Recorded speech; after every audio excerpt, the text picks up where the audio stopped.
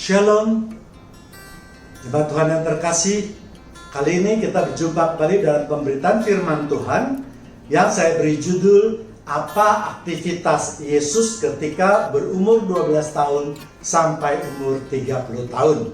Atau mungkin dalam bahasa sehari-hari atau bahasa kerennya mereka memakai sebutan The Lost Years of Jesus.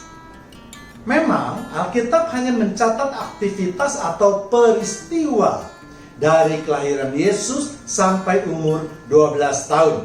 Dan kita tidak akan membahas dalam periode tersebut, mengingat waktunya juga terbatas. Namun, dapat jemaat Tuhan yang terkasih membacanya di Alkitab, yaitu di kitab Matius 1, 2, dan 3, ataupun di kitab-kitab perjanjian baru lainnya, yang banyak menceritakan tentang kehidupan Yesus di masa-masa itu. Ya, jadi memang sekali lagi kita katakan bahwa Alkitab hanya mencatat Yesus sampai berumur 12 tahun. Dan itu dapat kita lihat di kitab Lukas 2 ayat 42. Ketika Yesus berumur 12 tahun, pergilah mereka ke Yerusalem seperti yang lazim pada hari raya itu. Jadi kebiasaan Yesus adalah setiap hari raya itu pasti Yesus masuk atau datang ke bait Allah. Ya, jadi setelah umur tersebut atau setelah umur 12 tahun tersebut, Alkitab kemudian tidak menceritakan lagi keberadaan Yesus sampai berumur 30, yaitu pada waktu perlayanannya. Dan bagian inilah yang memang banyak ditafsirkan dengan berbagai argumen. Tetapi hari ini kita akan membahasnya secara alkitabiah. Memang ada yang mengatakan bahwa Yesus pergi ke Mesir karena memang waktu kecil Yesus pernah mengungsi ke Mesir, ya kan? Atau Yesus pernah pergi ke India, ya. Jadi memang penafsiran boleh-boleh saja. Tetapi bagian kita adalah bagaimana kita bisa mempercayai semua penafsiran tersebut berdasarkan Alkitab atau secara alkitabiah. Ya, kalau kita perhatikan beberapa ayat dengan teliti di Alkitab, di perjanjian baru misalnya, sebenarnya kita dapat juga memperoleh informasi di mana keberadaan Yesus Kristus. Ya, yang pertama dikatakan Yesus dikatakan orang Nazaret. Ya, yaitu kita bisa lihat di Matius 2 ayat 23. Setibanya di sana, ia pun tinggal, ya saya ulangi, tinggal di sebuah kota yang bernama Nazaret. Hal itu terjadi supaya genaplah firman Tuhan yang disampaikan oleh nabi-nabi bahwa ia akan disebut orang Nazaret. Ya, artinya tinggal adalah tetap pada tempatnya, ya, atau menghabiskan waktu yang panjang di sepanjang hidupnya. Ya, tidak membadan, tidak berpindah-pindah, tapi dia tetap tinggal di suatu tempat. Kemudian kalau kita lihat misalnya di terjemahan King James Version, itu ditulis dengan istilah yang sangat khusus, yaitu dwell. Ya, dia tidak pakai stay or live, tapi dwell. Dwell itu artinya live for long time, tinggal untuk jangka waktu yang panjang, ya. Kalau tinggal tidak lama, biasanya orang Inggris atau orang bule itu biasa memakai kata stay, ya. Artinya saat ini saya tinggal di sini, mungkin besok saya bisa pindah, atau saya berasal dari kota lain, tinggal sekarang di sini, ya. Itu biasa dikata stay. Sedangkan live mungkin udah agak permanen, ya. Tinggalnya sudah mulai agak tetap, sudah mulai lama, itu disebut dengan live. Tapi dwell ini memang kata yang dipakai sangat khusus, yaitu untuk menyatakan live for long time, ya. Jadi dengan itu maka saya berani memastikan berdasarkan terjemahan King James Version, Yesus tinggal lama sekali di Nazaret sehingga ia disebut orang Nazaret, ya. Jadi kalau dia tinggalnya sementara waktu, tidak mungkin Yesus disebut ia orang Nazaret. Ya, kemudian kita lihat di Markus 1 ayat 24. Apa urusanmu dengan kami, hai Yesus orang Nazaret? Engkau datang hendak membinasakan kami. Aku tahu siapa engkau, yang kudus dari Allah. Dalam ayat ini hendak menyatakan bahwa iblis pun mengetahui bahwa Yesus itu adalah orang Nazaret. Ya, ya kita tahu. Jadi jangankan orang sekarang, iblis pun menyatakan bahwa Yesus adalah orang Nazaret. Kemudian yang ketiga kita lihat di Lukas 2 ayat 39. Dan setelah selesai semuanya yang harus dilakukan menurut hukum Tuhan, kembalilah mereka ke kota kediamannya, ya, ke kota kediamannya, yaitu kota Nazaret yang di Galilea, ya. Kemudian kita lihat juga apa arti daripada kediaman. Kediaman artinya adalah tempat atau rumah yang ditinggalinya, ya. Jadi nyata memang bahwa beberapa kata itu khusus menyatakan bahwa Yesus tinggal lama untuk periode yang cukup panjang itu di Nazaret, ya. Sedangkan King James Version memakai kata their own city, ya, artinya kota milik mereka. Bagaimana mereka bisa mengklaim suatu kota milik mereka kalau mereka ini, yaitu rombongan Yesus, hanya tinggal sebentar saja? Kan tidak mungkin, ya kan? Sama seperti sekarang kalau kita tinggal di Cirebon sudah lama sekali. Walaupun kita tidak lahir di Cirebon, tapi kita menghabiskan sebagian besar waktu kita di Cirebon, maka kita bisa dikatakan sudah orang Cirebon, ya. Kemudian di Yohanes 1:45, Filipus bertemu dengan Nathanael dan berkata kepadanya, kami telah menemukan dia yang disebut oleh Musa dalam kitab Taurat dan oleh para nabi, yaitu Yesus, anak Yusuf dari Nazaret. Sengaja saya memakai 4 ayat dari berbagai macam Alkitab, ya, dari kitab Matius, Markus, Lukas dan Yohanes, ya, itu untuk memperkuat penilaian saya atau penafsiran saya yang menyatakan bahwa memang Yesus itu tinggal lama di kota Nazaret. Namun demikian, kalau masih belum puas, saya tetap akan bisa mengajukan banyak sekali ayat-ayat yang menyatakan bahwa Yesus itu memang besar tinggal di Nazaret. Kita lihat misalnya di Lukas 2 ayat 51 dan 52. Lalu ia pulang bersama-sama mereka ke Nazaret, dan ia tetap hidup dalam asuhan mereka, ya, dan ibunya menyimpan semua perkara itu di dalam hatinya. 52, dan Yesus makin bertambah besar, ya. Jadi Yesus dari kecil kemudian bertambah besar dikatakan, dan bertambah hikmatnya dan besarnya, dan makin dikasihi oleh Allah dan manusia, ya. Jadi ayat ini juga kita menceritakan bahwa ketika Yesus berumur 12 tahun, ketika Yesus itu dinyatakan hilang oleh orang tuanya, ya, ketika mereka dari bait Allah kembali ke Nazaret, namun karena mereka tidak menemukan Yesus, maka akhirnya Yusuf maupun Maria kembali lagi ke bait Allah untuk mencari Yesus. Dan ketika bertemu atau Yesus telah diketemukan, maka dalam Alkitab dikatakan mereka bersama-sama kembali ke Nazaret, ya. Ia tetap hidup dalam asuhan mereka. Artinya apa? Yesus itu tetap diasuh sampai besar oleh kedua orang tuanya. Yesus tidak pergi kemanapun juga menurut Alkitab, ya. Kemudian dikatakan lagi di dalam ayat 52, Yesus makin bertambah besar. Jadi dalam asuhan orang tuanya itu Yesus makin lama bertambah besar. Nah, inilah ayat yang lebih menguatkan lagi bahwa Yesus benar-benar tinggal di Nazaret. Ya, kemudian ada ayat lain lagi, misalnya Yesus mengatakan di ayat 49-nya bahwa aku harus berada di dalam rumah Bapakku, ya. Nah, artinya Yesus tidak boleh pergi jauh-jauh daripada sekitar Yerusalem, apalagi kalau Mesir ke India, itu jauh, tidak masuk di akal, ya. Firman Tuhan mengatakan bahwa Yesus harus selalu berada di rumah Bapakku. Artinya kalaupun Yesus mau pindah misalnya, dia harus sekitar lingkungan Yerusalem, ya. Namun ternyata dari beberapa ayat yang tadi saya sampaikan, Yesus tidak pernah dinyatakan pindah, sehingga ia tetap tinggal di Nazaret. Ya, kita lihat juga di Yohanes 4 ayat 43-44. Dan setelah 2 hari itu Yesus berangkat dari sana ke Galilea, sebab Yesus sendiri telah bersaksi bahwa seorang nabi tidak dihormati di negerinya sendiri. Jadi Yesus menganggap Galilea itu adalah negerinya sendiri. Mengapa Yesus tidak dihargai di Galilea? Kita semua sudah tahu. Karena orang-orang Galilea itu semuanya sudah tahu silsilah keturunan Yesus. Siapa Yesus? Ya, mereka kenal itu Yesus ya anak seorang tukang kayu saja. Tidak mungkin dia menjadi anak Allah. Ya, ini juga memperkuat bahwa Yesus itu tinggal lama di Galilea atau di Nazaret. Kalau Yesus tinggal sebentar, orang-orang mungkin tidak mengenal Yesus. Siapa Yesus itu? Tetapi karena Yesus tinggal lama di Nazaret atau di Galilea, sehingga semua orang Galilea itu mengenal Yesus. Ya.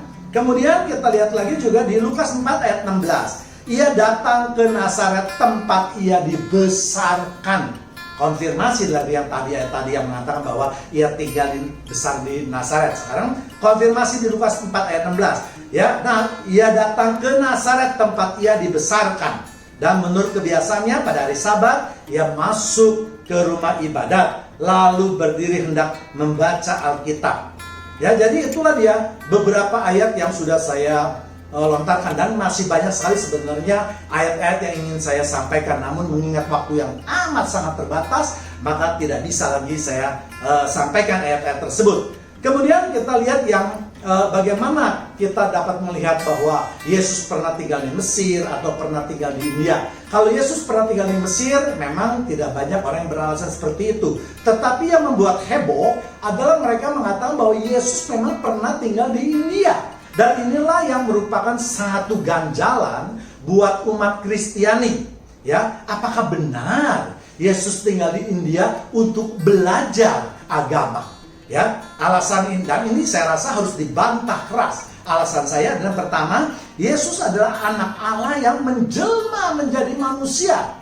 Jadi tidak mungkin Allah itu mau belajar dengan manusia. Yang ada adalah sebaliknya. Atau di Alkitab dikatakan bahwa hikmatnya itu melebihi semua manusia. Misalnya kita lihat di Matius 13 ayat 54. Setibanya di tempat asalnya, Yesus mengajar orang-orang di situ, di rumah ibadat mereka. Maka takjublah ya mereka dan berkata, dari mana diperolehnya hikmat itu dan kuasa untuk mengadakan mukjizat-mukjizat. Jadi begitu banyak orang itu tidak hanya orang biasa, mungkin termasuk ahli Taurat, orang Farisi, ahli-ahli kitab hukum Taurat, semuanya itu mereka takjub. Mereka itu merasa kagum terhadap pengetahuan daripada Yesus. Padahal waktu itu Yesus masih dikatakan mungkin masih muda. Ya, jadi kalau orang-orang Farisi, imam-imam kepala yang sudah tua-tua, yang pengetahuan tentang hukum Tauratnya sudah begitu hebat, masih merasakan takjub kepada ajaran Yesus, maka boleh saya katakan tidak mungkin Yesus belajar pengetahuan agama dari orang, apalagi orang Hindu. Ya, kedua, agama Hindu kita tahu itu selalu memuja berhala, ya, tiga dewanya yang paling besar itu Brahma, Wisnu, dan Shiva yang disebut dengan Trimurti. Dan masih banyak lagi dewa-dewa yang disembah oleh orang Hindu. Dan pengajaran orang Hindu juga biasanya mereka menyatakan keselamatan itu mereka peroleh dari antara mempertimbangkan perbuatan baik dan perbuatan jahat. Dan mereka juga percaya akan reinkarnasi. Ya, sedangkan pengajaran kita Kristen, Yesus sama sekali bertolak belakang dari mereka. Yesus mengatakan Allah adalah Esa, satu saja Allahnya. Dan yang kedua, kita sebagai orang Kristen percaya bahwa keselamatan itu adalah karya anugerah Tuhan yang diberikan oleh umatnya. Dan yang ketiga adalah kita tidak pernah percaya itu reinkarnasi. Ya, itu dia yang membuat saya juga untuk mengajukan suatu bantahan bahwa rasanya tidak mungkin Yesus pergi ke India berdasarkan banyak sekali ayat-ayat dan alasan-alasan yang tadi sudah saya paparkan. Ya. Lalu pertanyaannya menjadi pertanyaan yang banyak orang adalah, apa yang dilakukan oleh Yesus ketika berumur 12 tahun sampai 30 tahun? Ya. Untuk mengetahui secara tepat, kita akan melihat pendidikan orang Yahudi terlebih dahulu. Ya, setiap anak Yahudi itu biasanya melalui tahapan-tahapan di sekolahnya sebagai berikut. Yang pertama yaitu disebut dengan mikra. Mikra, ya, mikra itu artinya membaca Taurat. Biasanya itu dimulai umur 5 tahun sampai 9 tahun. Jadi ada 5 tahun untuk membaca hukum Taurat yang namanya mikra, ya. Kedua, kemudian yang namanya Mishnah, yaitu mengulang atau mempelajari hukum-hukum Taurat secara lisan, ya. Dia udah mulai belajar. Ya, tadi udah membaca, sekarang sudah mengulang atau mempelajari, mungkin menghafal maksudnya juga, ya. Itu dimulai dari usia 10 tahun sampai 11 tahun, 2 tahun saja, ya. Kemudian yang ketiga yaitu Talmud, ya. Ini biasanya yang belajar 12 sampai 13 tahun, yaitu dia mulai berdiskusi mengenai hukum-hukum Taurat yang tertulis, ya. Dia mulai berdiskusi, ya. Makanya kita lihat dalam kehidupan Yesus nanti dia banyak sekali berbantah atau berdiskusi dengan imam-imam kepala, ya. Itu selama 22 tahun. Kemudian Midras, yaitu usianya dari 14 tahun sampai 20 tahun, ya. Dan dia mulai berdiskusi mengenai hukum-hukum Taurat, Misrat itu dari umur 14 sampai 20 itu mempelajari dan meneliti hukum Taurat, ya, selama 7 tahun. Jadi boleh dikatakan anak-anak Yahudi ini kalau memang mau dikatakan kelotok mengenai hukum Taurat, karena mereka memang menghabiskan waktu dari 5 tahun sampai 20 tahun. Ya, hampir 15 tahun mereka habiskan waktu itu untuk sesuatu yang berhubungan dengan hukum Taurat. Jadi jangan heran kalau orang-orang Farisi, Yesus, ahli Taurat itu semua luar biasa pengetahuannya, dapat hebat berdiskusi atau berbantah-bantahan, karena memang dari kecil mereka sudah belajar mengenai hukum Taurat, ya. Kemudian kita lihat lagi apa yang dilakukan Yesus setelah umur 20 tahun ke atas. Ya, kalau boleh disamakan dengan saat ini, Yesus memasuki sekolah katakanlah teologi atau kependetaan, ya. Misalnya dari diakon ke pendeta pembantu, ini dibutuhkan waktu 2 tahun, ya. Kemudian dari pendeta pembantu menjadi pendeta muda itu membutuhkan 4 tahun, ya. Kemudian dari pendeta muda menjadi pendeta otonom atau pendeta mandiri, maka dia butuh lagi 4 tahun. Jadi semuanya dia membutuhkan waktu 10 tahun. Jadi tadi kalau Yesus sudah menghabiskan 20 tahun itu untuk menggumuli semua hukum Taurat, 10 tahun lagi dia habiskan juga waktunya untuk masuk ke sekolah teologi, yaitu kependetaan. Genap sudah 30 tahun, ya. Lalu mengapa harus memang 30 tahun? Nanti sebentar lagi akan saya bahas. Jadi setelah lulus dari sekolah kependetaan tadi, maka berarti ia juga lulus sebagai seorang rabi, ya. Nah, orang rabi inilah yang boleh mengajarkan pengajaran agama di Bait Allah. Tidak boleh orang sembarangan itu belajar atau mengajar di Bait Allah, ya. Jadi bagi mereka yang tidak menempuh sekolah ini atau tidak lulus, itu mereka biasanya tidak boleh memakai gelar nabi atau mengajar di Bait Allah. Ya, itu memang ketentuan yang keras dari orang-orang Yahudi. Ya. Itulah sebabnya maka pemberitaan Yesus dimulai umur 30 tahun, ya. Tapi tidak itu saja, ya. Itu kan baru berdasarkan penjelasan duniawi. Kita lihat lagi di Bilangan 4 ayat 3, ya. Hitunglah yang berumur 30 tahun ke atas sampai yang berumur 50 tahun ke atas, semua orang yang kena wajib tugas supaya mereka melakukan pekerjaan di kemah pertemuan. Jadi sejak zaman Musa pun, zaman perjanjian lama pun, Allah sudah menggarisbawahi bahwa mereka yang harus mempunyai kewajiban atau yang boleh bertugas di kemah pertemuan untuk melayani Tuhan, ya, itu hanya orang-orang pilihan yang berumur 30 tahun sampai 50 tahun. Maka apa? Itulah sebabnya orang Yahudi itu patuh atau tunduk pada umur 30 tahun, sehingga mereka men-set pendidikan mereka bahwa pada umur sekianlah mereka dapat sudah melayani. Memang ada pendapat berdasarkan budaya bahwa kalau orang sudah umur 30 dalam sekolah yang begitu lama, maka mereka lebih bijaksana, lebih siap rohani dan jasmaninya untuk melakukan pelayanan. Ya. Jadi kalau kita lihat ternyata Yesus juga sangat taat pada hukum Taurat yang juga merupakan hukum Allah. Ya, jadi kalau kita lihat di dalam Perjanjian Baru, Yesus itu memang sangat taat pada hukum-hukum Taurat. Dia tidak, memang ada beberapa ya yang diperbaharui, misalnya mengenai hari Sabat, kemudian mengenai makanan najis ya. Kenapa dia bisa lakukan hal itu? Karena dia sudah mempelajari waktu di sekolah, dia bisa berdebat, dia punya alasan yang kuat di samping hikmat yang berasal dari Allah ya. Makanya kita lihat juga apakah benar-benar Yesus itu seorang rabi? Yohanes 8 ayat 3 sampai 4. Maka ahli-ahli Taurat dan orang-orang Farisi membawa kepadanya seorang perempuan yang kedapatan berbuat zina. 4. Mereka menempatkan perempuan itu di tengah-tengah lalu berkata kepada Yesus, Rabi, panggilan orang-orang ahli-ahli Taurat dan orang Farisi, ya, Rabi. Perempuan ini tertangkap basah ketika ia sedang berbuat zina.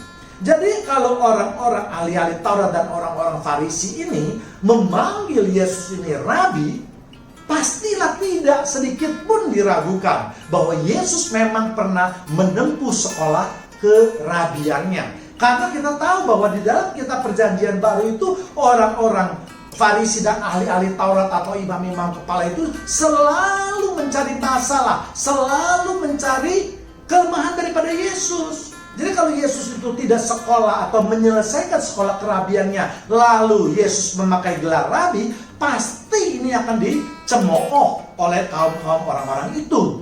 Ya, itulah penjelasan yang sangat sangat detail mengenai hal itu atau sangat kuat argumentasi kita. Ya, lalu mengapa di Alkitab tidak ditulis mengenai masa remaja Yesus? Ya kan? Ya, Alkitab sudah memberi informasi kepada kita semua mengenai tentang Yesus yang ditulis. Kalau semua itu mengenai Yesus ditulis, maka agaknya terlalu banyak kitab yang dibutuhkan untuk menulis dan tidak ada habisnya. Kita lihat di Yohanes 21 ayat 25. Masih banyak hal-hal lain lagi yang diperbuat oleh Yesus. Tetapi jikalau semuanya harus dituliskan satu persatu, maka agaknya dunia ini tidak dapat membuat semua kitab yang harus ditulis itu. Jadi dengan kata lain, firman Tuhan mengatakan memang bahwa Yesus tidak pernah menyia-nyiakan hidupnya. Yesus tidak pernah hidupnya santai, berleha-leha, menghabiskan waktu dengan tidak percuma. Tapi Yesus benar-benar mempergunakan waktunya itu dengan baik, seefisien dan seefektif mungkin. Karena yang tadi Alkitab bilang, kalau dia tidak melakukan hal itu, maka terlalu banyak yang harus ditulis mengenai kehidupan Yesus. Timbul juga pertanyaan, apa sih sebenarnya aktivitas Yesus sekarang kecuali sekolah? Ya memang, Yesus sebagai manusia, tujuan utamanya atau aktivitas utamanya adalah pasti sekolah, menggeluti hukum Taurat. Tetapi juga ada waktu-waktu pasti dia membantu ayahnya menjadi tukang kayu misalnya. Membantu ayahnya pekerjaan ayah sebagai tukang kayu. Atau mungkin di waktu senggangnya kalau benar-benar dia membutuhkan refreshing, karena dia juga sebagai manusia, sebagai seorang anak, sebagai seorang remaja, dia perlu refreshing. Maka dia juga mungkin bisa bergaul dengan teman-temannya. Tapi mungkin dalam pergaulan itu mereka membicarakan hukum Taurat dan seterusnya. Ya, jadi inilah argumen kita atau pembahasan kita mengenai kehidupan Yesus yang biasa disebut dengan the lost year of Jesus. Demikian pemberitaan firman Tuhan pada kesempatan ini. Biarlah firman Tuhan ini memberkati kita semua.